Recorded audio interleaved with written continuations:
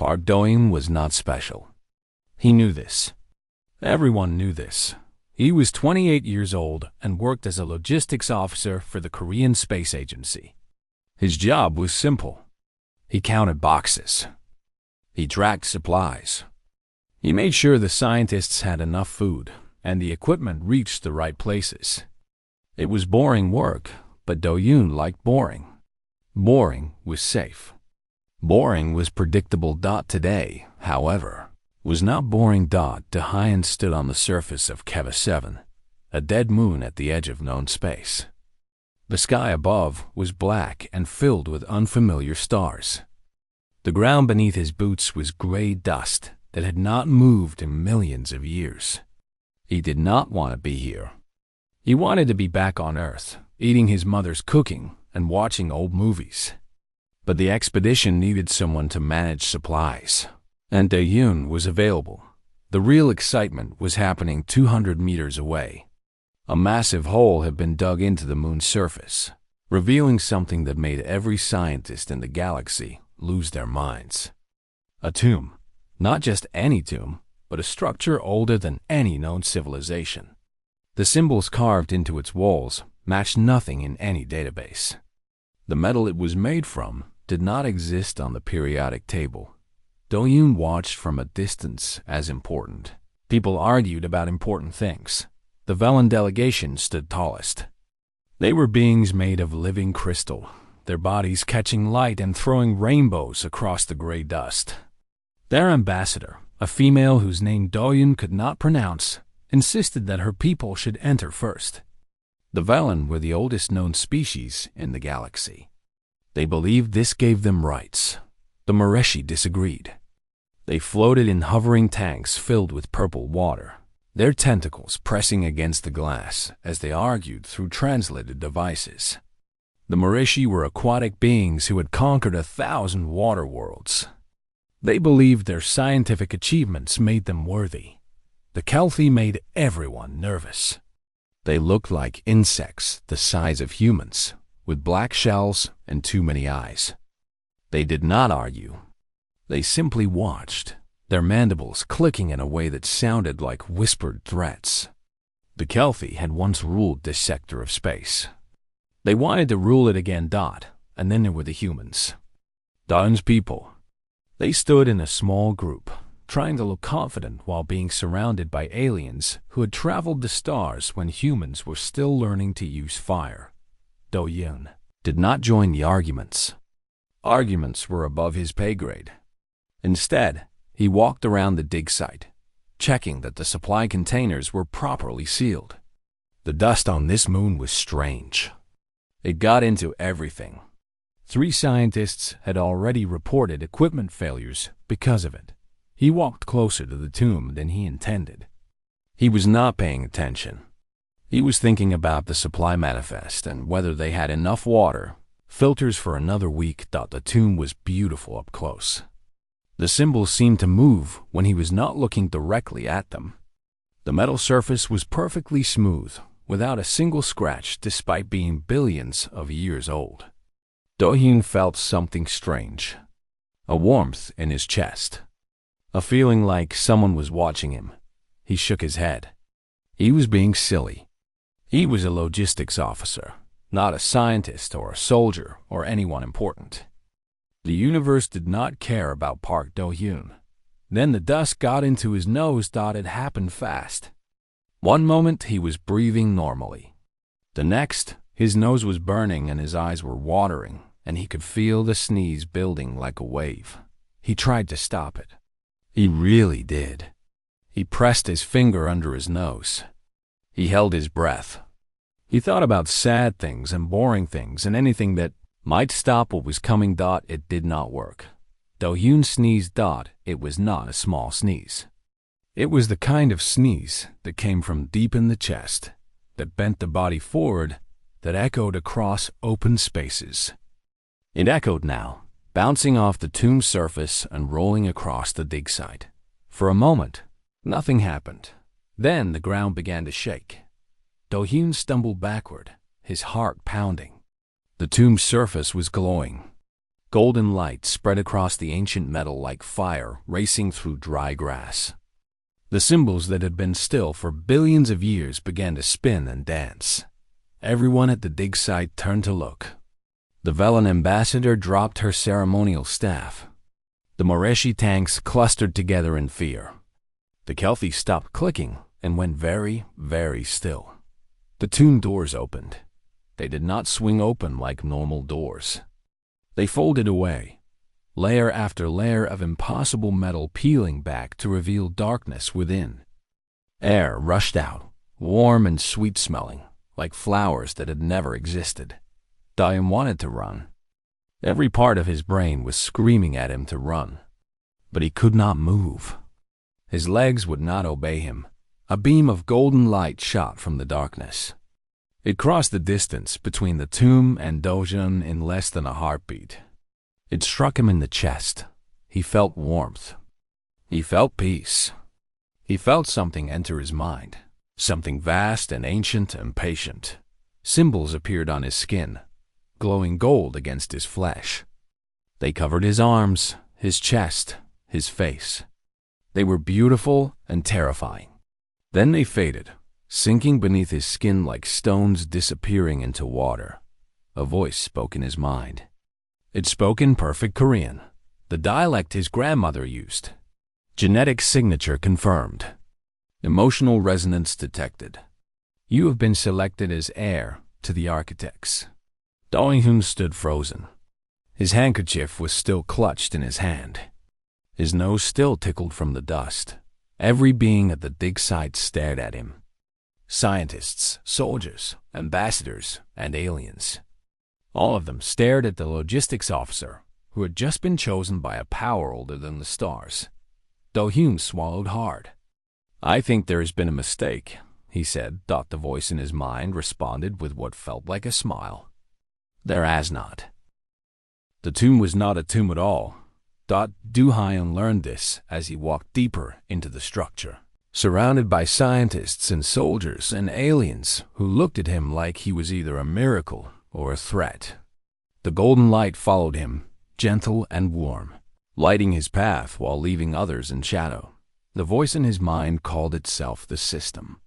It had been waiting for 11 billion years. It had watched civilizations rise and fall, species evolve and go extinct, stars burn out, and new ones ignite. Through all of that time, it had waited for someone worthy. Why me? Dahyun asked out loud. He did not care that everyone could hear him talking to something they could not see. He needed answers. The system's response filled his mind with images rather than words. He saw himself as a child, giving his lunch to a smaller boy who had none. He saw himself as a teenager, staying late to help a cleaning lady carry heavy bags. He saw himself as an adult, apologizing to a maintenance robot he had bumped into by accident, even though the robot could not understand apologies. These moments, the system explained. These choices, they matter more than you know. Hannah pushed through the crowd to walk beside Dahyun. She was 34, tall and thin, with glasses that kept sliding down her nose. She was the expedition's chief linguist, and she was looking at Dahyun with something that might have been wonder. The symbols on your skin, she said. I saw them before they disappeared. They were not just any symbols. They were the root language, the original language. Every known writing system in the galaxy evolved from those symbols. Dahyun did not know how to respond to that. He was still trying to understand why an ancient cosmic power had chosen a man who counted boxes for a living. Behind them, Quan Taisek kept his hand on his weapon. He was 45, a military man with gray in his hair and scars on his face. He had been assigned to protect human interests on this expedition. Now he was not sure what human interests even meant anymore. We should turn back, Taisek said. We do not know what is in here. We do not know what this thing wants. The system wants nothing, Dahyun said, and he was surprised by how certain he sounded. It does not want power or worship or anything like that. It just wants to help. They entered a vast chamber. The ceiling disappeared into darkness above them. The walls were covered with screens showing images of galaxies, of planets, of species that no longer existed. In the center of the room stood a pillar of light. The architects were the first, the system said, and this time everyone could hear it. The voice echoed through the chamber, ancient and gentle. They were born when the universe was young. They learned its secrets.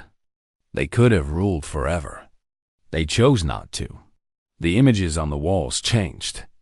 They showed beings of pure energy, beautiful and terrible, creating stars with a thought and seeding planets with life.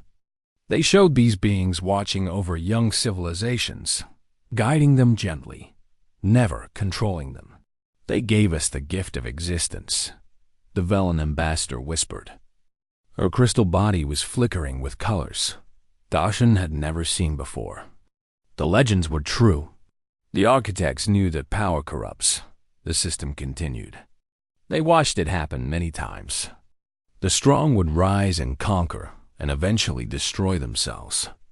So when the architects chose to transcend their physical forms, they left behind a caretaker. They left behind me. And they gave me one task. Find an heir. Find someone who would not abuse the power. Find someone kind. Everyone looked at Duhai and Dot. He wanted to disappear. He wanted to go back to his supply manifests and his boring job and his quiet life. But he could feel the system in his mind, warm and patient, and he knew that running was not an option. I am not a leader, he said. I am not smart or strong or brave. I am just a normal person. Yes, the system agreed.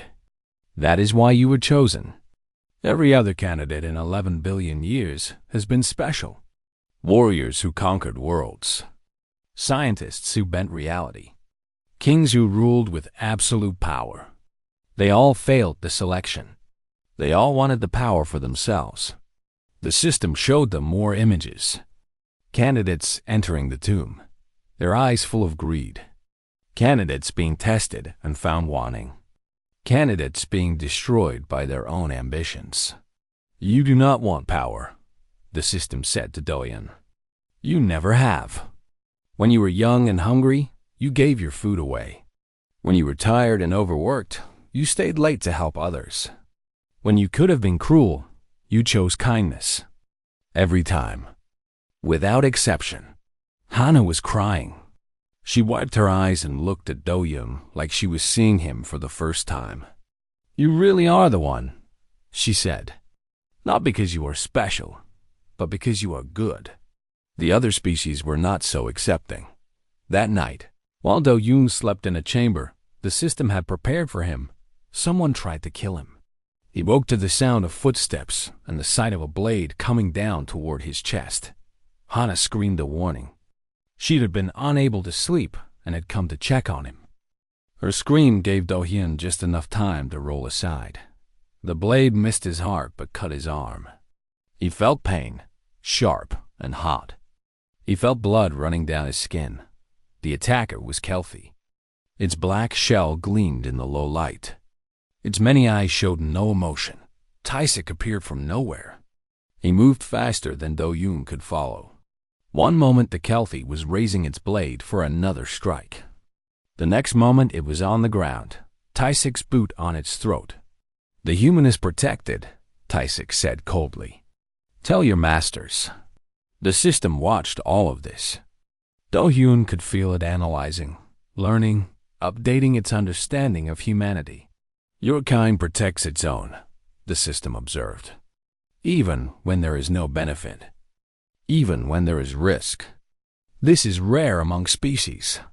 Do-hyun looked at his bleeding arm, at Hannah's worried face, at Taisik standing guard over a fallen enemy. He thought about what it meant to be chosen. He thought about responsibility and duty, and all the things he had never wanted. What happens now? He asked the system. Now you must prove yourself to the galaxy. The other species will not accept you without proof. You must complete the trials of the air. And if I fail? The system was quiet for a moment. No one has ever completed the trials. In 11 billion years, every candidate has failed. Most have died. Do-hyun closed his eyes. He thought about his mother back on Earth, waiting for him to come home. He thought about the quiet life he would never have again. "Okay," he said. "I will try." He did not know yet that trying would be enough. He did not know that the trials were not designed for heroes. They were designed to find something much harder to find. They were designed to find a genuinely good person. The challenge grounds existed outside of normal space. Do-hyun stepped through a portal and found himself standing on a platform made of pure light. Above him, below him, in every direction, there was nothing but stars. It was beautiful and terrifying. He was not alone. The system had allowed him to bring companions. Hana stood beside him, her hand gripping his arm. Taisik was there, his weapon ready even though there was nothing to shoot. And two new faces had joined them. Baek-suho was 26, a combat medic who had been pulled from Earth specifically for this mission. He was tall and gentle, with soft eyes that seemed wrong for a soldier.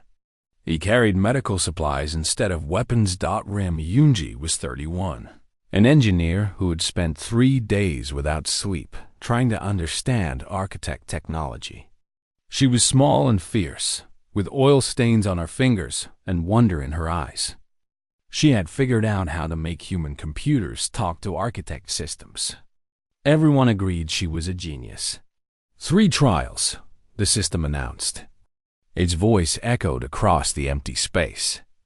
3 tests designed by the architects themselves. Complete them, and the galaxy will accept you as heir. Fail, and you will die. Far away, on viewing platforms created for this purpose, representatives from every major species watched. The Velen, the Marishi, the Kelthi, and dozens of others. They had come to see a human fail. They were certain he would fail. Every candidate had failed for 11 billion years.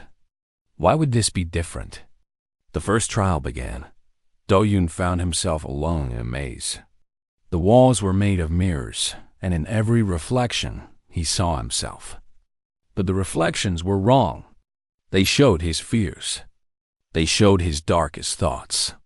They showed versions of himself that he did not want to see. In one mirror, he saw himself as a tyrant, using the architect's power to rule the galaxy with an iron fist. In another, he saw himself as a coward, running away while others suffered. In a third, he saw himself as a monster, laughing while cities burned. The system had explained this trial to the watchers. It was called the Labyrinth of Self. It forced candidates to confront their deepest fears and darkest desires. Previous candidates, warriors and kings and conquerors, had been destroyed by what they saw. Their ambitions, reflected back at them, drove them mad. Do-hyun walked through the maze. He looked at the dark reflections. He did not flinch. "I know these are not real," he said quietly. "I know who I am." The mirrors showed him ruling the galaxy. He shook his head. "I do not want to rule anything. I just want people to be happy." The mirrors showed him abandoning others. He shook his head again. "I would never do that. I could not live with myself." The mirrors showed him causing destruction. He laughed, a small and sad sound. "I cry when I step on bugs by accident. I am not capable of that." The maze did not know what to do with him. It was designed for beings with great ambitions and terrible fears. Do-hyun's fears were simple. He was afraid of disappointing his mother. He was afraid of losing his friends. He was afraid of running out of good books to read. The maze had no weapons against someone so ordinary. Do-hyun walked out the other side in 20 minutes. Previous candidates had spent days, weeks, years trapped inside. Some had never come out at all. On the viewing platforms, the aliens were silent. This was not supposed to happen. The second trial began. Do stood in an arena. The system explained that he would face a creature born from his own mind. Previous candidates had fought dragons made of their bloodlust. They had battled giants formed from their rage. They had faced armies created by their desire for war. The arena floor cracked open. Something rose up from the depths. It was small. It was fluffy. It looked like a cross between a cat and a cloud. Its eyes were huge and sad, and it made a sound like a tiny bell ringing. Doyin stared at it. "Is this a joke?" The creature waddled toward him. It held up its stubby arms. It wanted a hug. Doyin looked around. Surely there was something else. Surely there was a monster hiding somewhere. But there was only this small, sad thing waiting for affection. He bent down and hugged it. The creature made a happy sound and disappeared in a shower of warm light. The trial was complete. On the viewing platforms, someone screamed in frustration. The Kelthie representative threw something against the wall. This was impossible. This was absurd. The Arena of Dominion had killed thousands of candidates. It could not be defeated with a hug, but it could, because the arena created challenges based on the candidate's inner nature. Warriors faced war. Tyrants faced tyranny. Do-hyun faced the only thing his gentle heart could create. A lonely creature that needed love. The third trial began. This was the one that mattered. This was the one that had broken every candidate for 11 billion years. The throne of decision. Do-hyun sat on a chair made of light. Before him appeared a scene. A ship was damaged, falling toward a planet. On board were 100 beings from different species. The ship could not save everyone. The systems could only support 50 survivors. "Choose," the system said. "Who lives and who dies?" Do-hyun looked at the faces on the screen. Old and young. Strong and weak. Important and ordinary. They were all afraid. They all wanted to live. Previous candidates had made choices. They had used logic, saving those with valuable skills. They had used emotion, saving those who reminded them of loved ones. They had used power, saving those who would serve them best. Every choice had been wrong. Every candidate had been destroyed by the weight of playing God. Do-hyun sat on the throne for a long time. He looked at every face. He thought about every life. Then he stood up. "No," he said. The system paused. "Explain." "I will not choose. I will not decide who is worthy of life and who is not. That is not my right. That is not anyone's right. The rules require a choice. Without a choice, you fail." Don shook his head. "Then I fail. But I will not become someone who decides which lives matter. If I have to die to stay true to that, then I will die." Silence filled the challenge grounds. Then the system spoke. And its voice was different now. Warmer. Prouder. "Correct answer." The throne disappeared. The terrible choice faded away. Do-hyun stood alone on the platform of light, confused but alive. The architects did not want an heir who could make hard choices, the system explained. They wanted an heir who would refuse to make them. They wanted someone who would fight to save everyone, not someone who would calmly sacrifice some for the good of others. The trial was never about choosing wisely. It was about refusing to choose at all. On the viewing platforms, there was chaos. The Velen ambassador was on her knees. The Moreshi were flashing colors no one had ever seen before. Even the Kelthie were still, their many eyes fixed on the human who had done the impossible. Do-hyun had completed all 3 trials, the first being in 11 billion years to do so, and he had done it by being kind. His companions rushed to his side. Hannah hugged him so hard he could not breathe. Taisik actually smiled, which Do-hyun had not known was possible. Suho checked his vital signs while crying happy tears. Yoonji was already talking about how she would record this moment for history. Do-hyun looked at them, these humans who had believed in him when no one else would. He thought about what the trials had taught him. The universe did not need another ruler. It did not need another warrior or king or conqueror. Thought it needed someone who would refuse to let anyone be left behind. For the first time since the sneeze that changed everything, Do-hyun thought that maybe, just maybe, he could do this. The galaxy burned with jealousy. Do-hyun had completed the trials.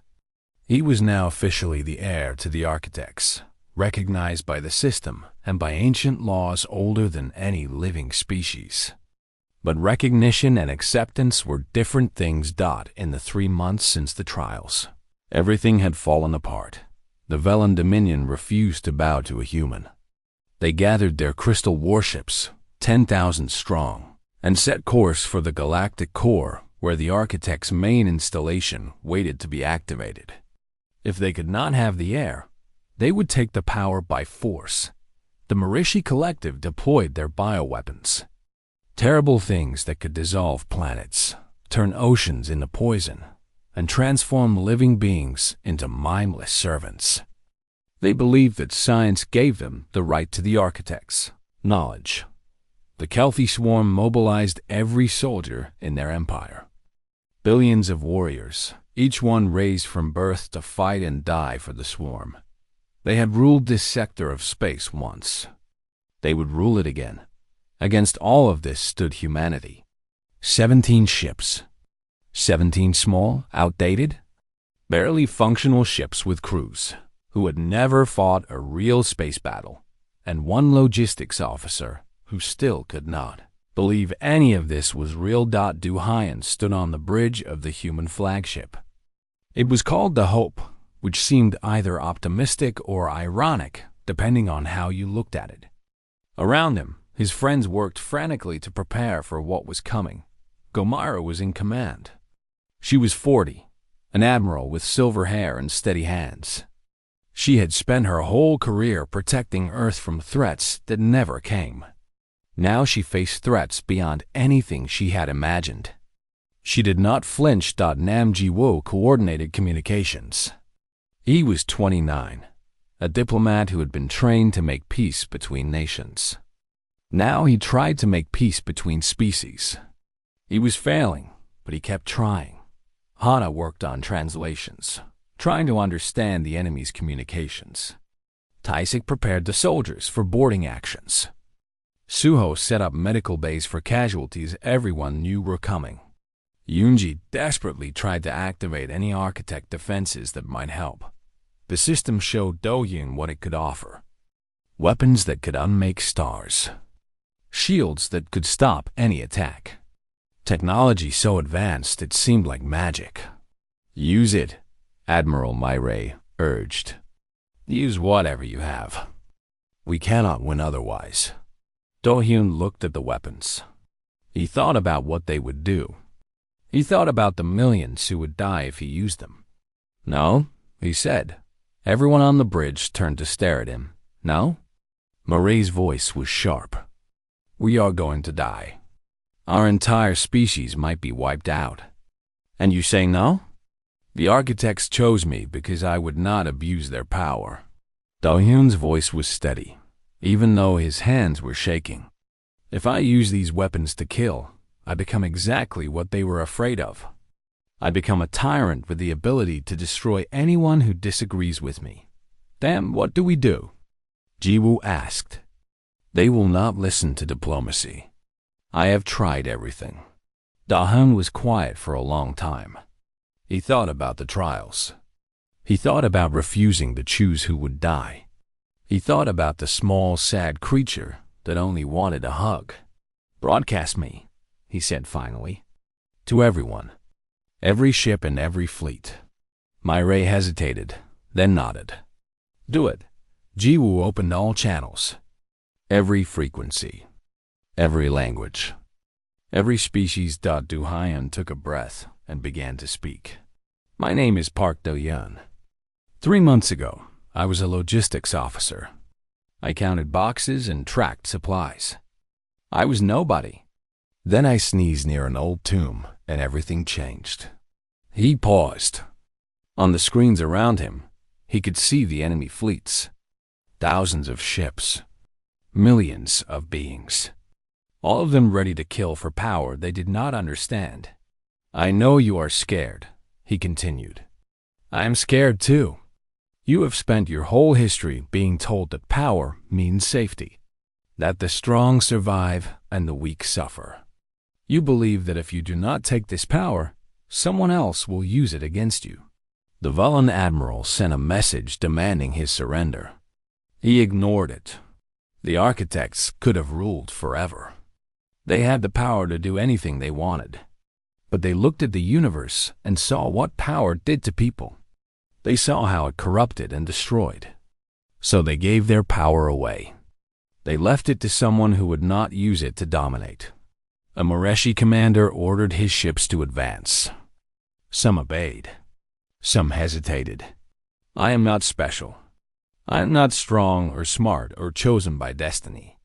I am just a person who thinks there has to be a better way.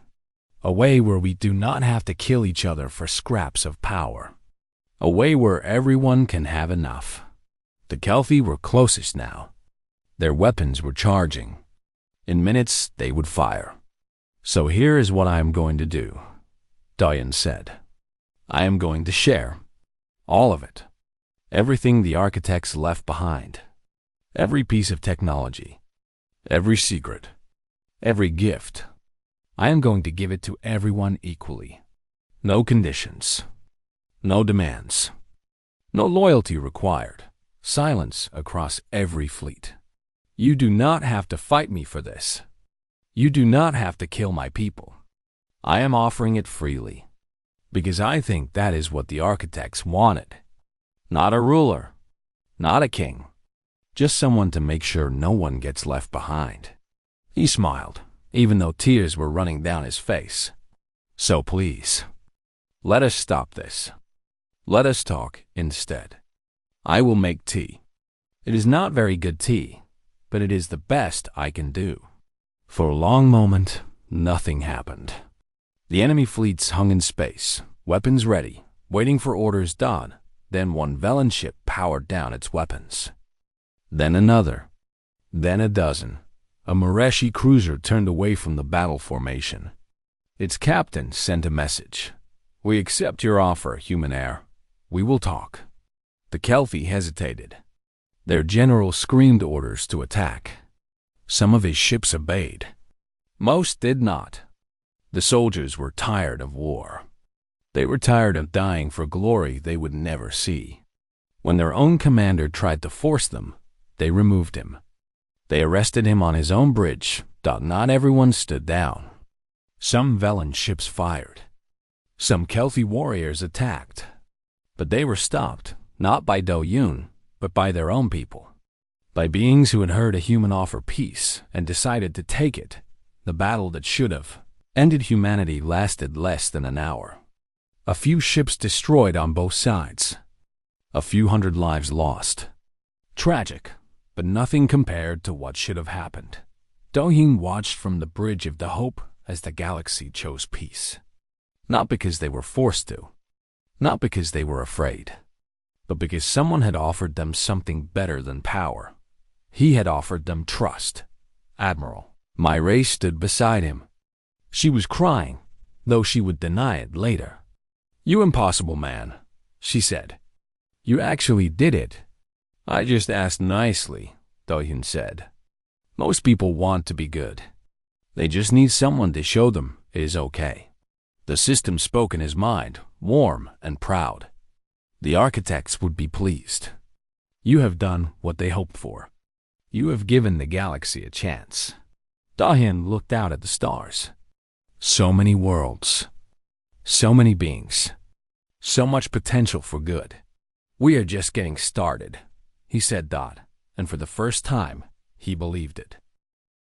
10 years had passed since the sneeze that changed everything. The galaxy was different now. Better, not perfect.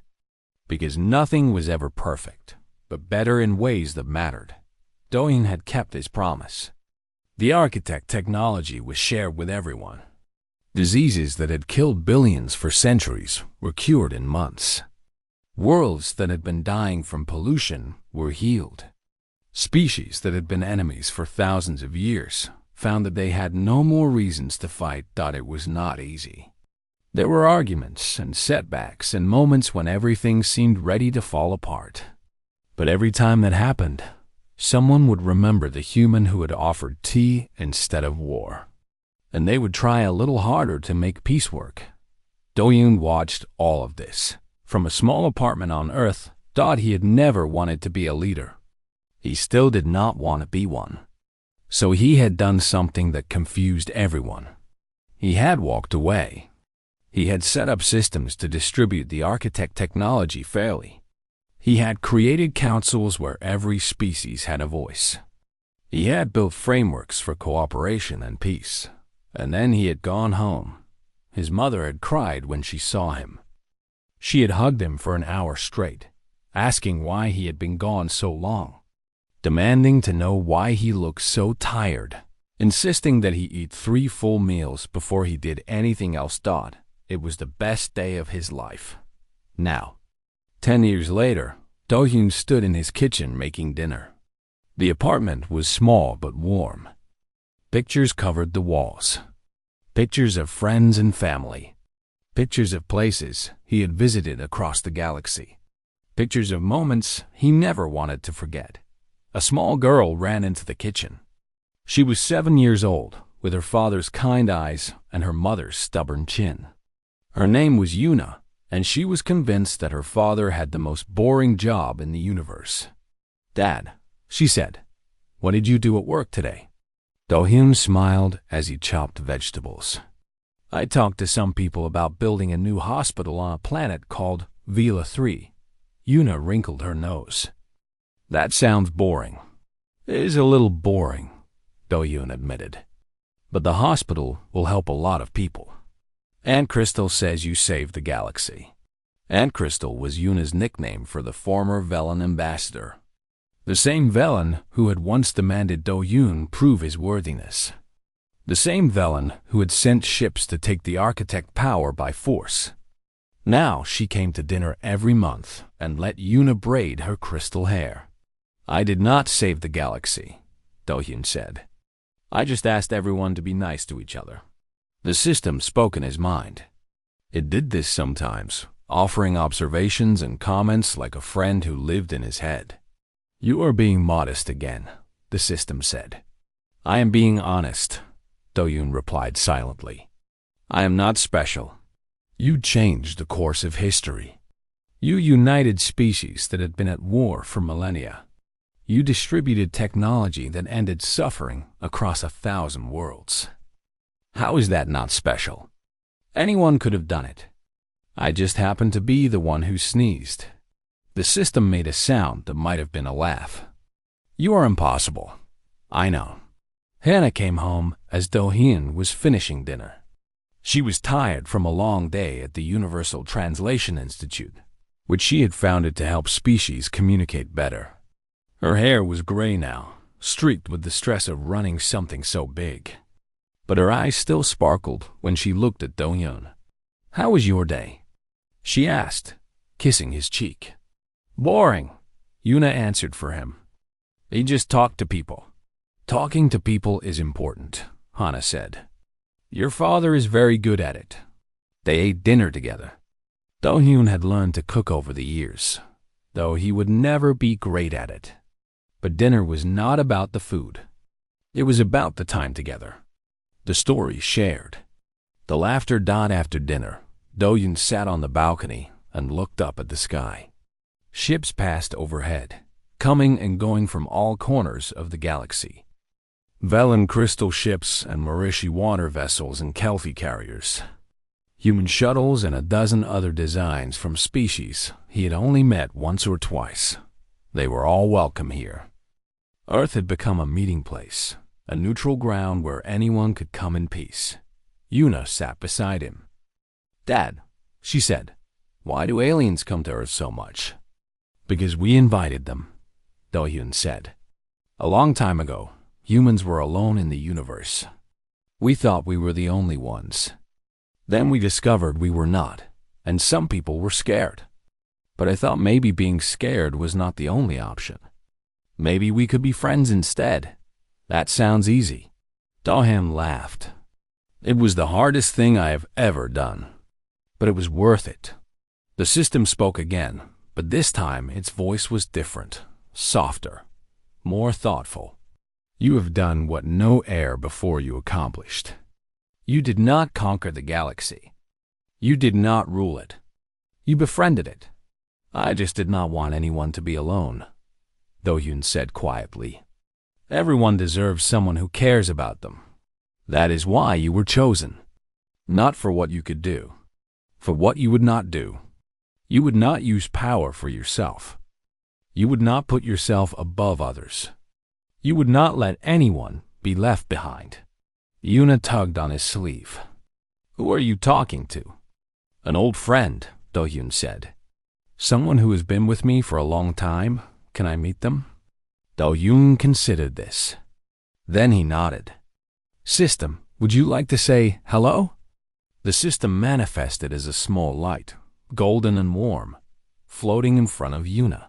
She reached out to touch it, and it pulsed gently against her fingers. Hello, young one, the system said. Your father is a remarkable man. He says he's boring, Yuna said. He is wrong. He's the least boring person in the universe. But he does not see it, which is part of what makes him special. Yuna looked at her father with new eyes. Did you really save the galaxy? Do-hyun shook his head. The galaxy saved itself. I just showed it that it could. Later that night, after Yuna was asleep and Hannah was reading in bed, Do-hyun stood alone on the balcony. The stars spread out above him, beautiful and endless. He thought about everything that had happened. The sneeze, the tomb, the trials, the war that was not a war, the peace that followed. He thought about the people he had met along the way. Hannah, who had believed in him from the start. Taesik, who had protected him when he could not protect himself. Suho and Yoonji and Mireille and Jiwoo, friends who had become family. He thought about his daughter, who would grow up in a galaxy where peace was normal and war was strange. A galaxy where she could travel to any world and be welcomed. System, he said, do you think I made the right choices? I think you made the only choices you could make. You followed your heart. You stayed true to who you are. The results speak for themselves. Dawn nodded slowly. I guess I did okay.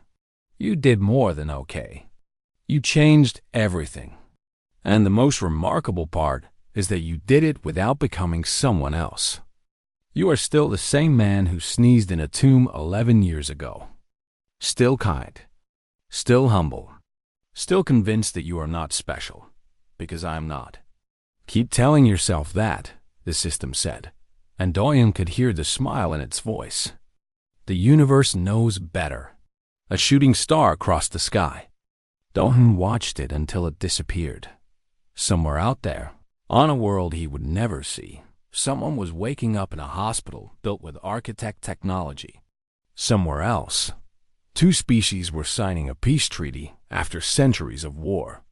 Somewhere else, a child was being born into a galaxy that had hope, all because a logistics officer sneezed at the wrong moment. Or perhaps, Do-hyun thought with a small smile, at exactly the right one. He went inside, closed the balcony door, and joined his wife in bed. Tomorrow, there would be more meetings and more problems and more work to do. But tonight, he was just a man with a family he loved. And that, he decided, was the best thing to be.